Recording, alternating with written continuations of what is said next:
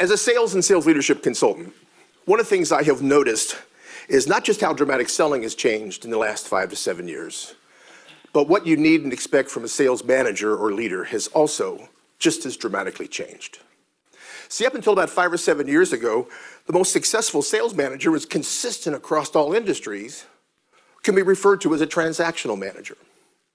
They really weren't a leader, they were support. So they would tell the salespeople, my door is always open, call me when you need me. Let me know when you have a problem.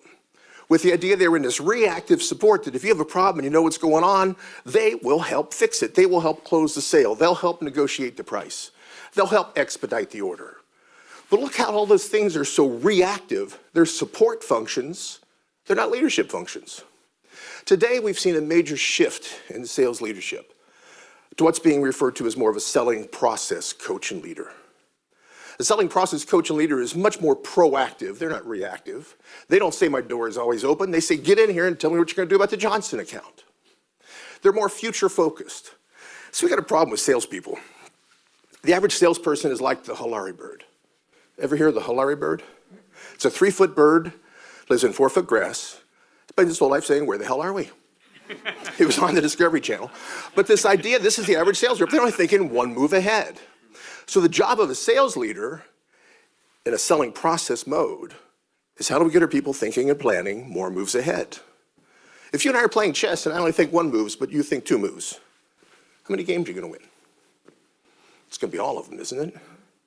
So as we look at selling, how many moves ahead are the salespeople thinking? Because as a coach and leader, a selling process coach and leader, if we can get our people to think and plan more moves ahead, they sell more. We gain a competitive edge. And the other reality of the process is the difference in language. See, transactional managers tend to only ask 2 questions of their people. What and who? What are you going to close this month? Who's it going to be? What do you got coming up that I can count on for our quota? Who's it going to come from? Where a selling process coach and leader, they ask more process questions. Their questions are how and why. How are you going to go after that business? Why aren't you also calling on the head of finance? This shift is going from the results-focused management that was successful for decades, but in the hyper-competitive environments where we have shorter time frames to sell, we have more aggressive competition going after the same business we're going after, we need to have more of a selling process effort if we're going to be successful.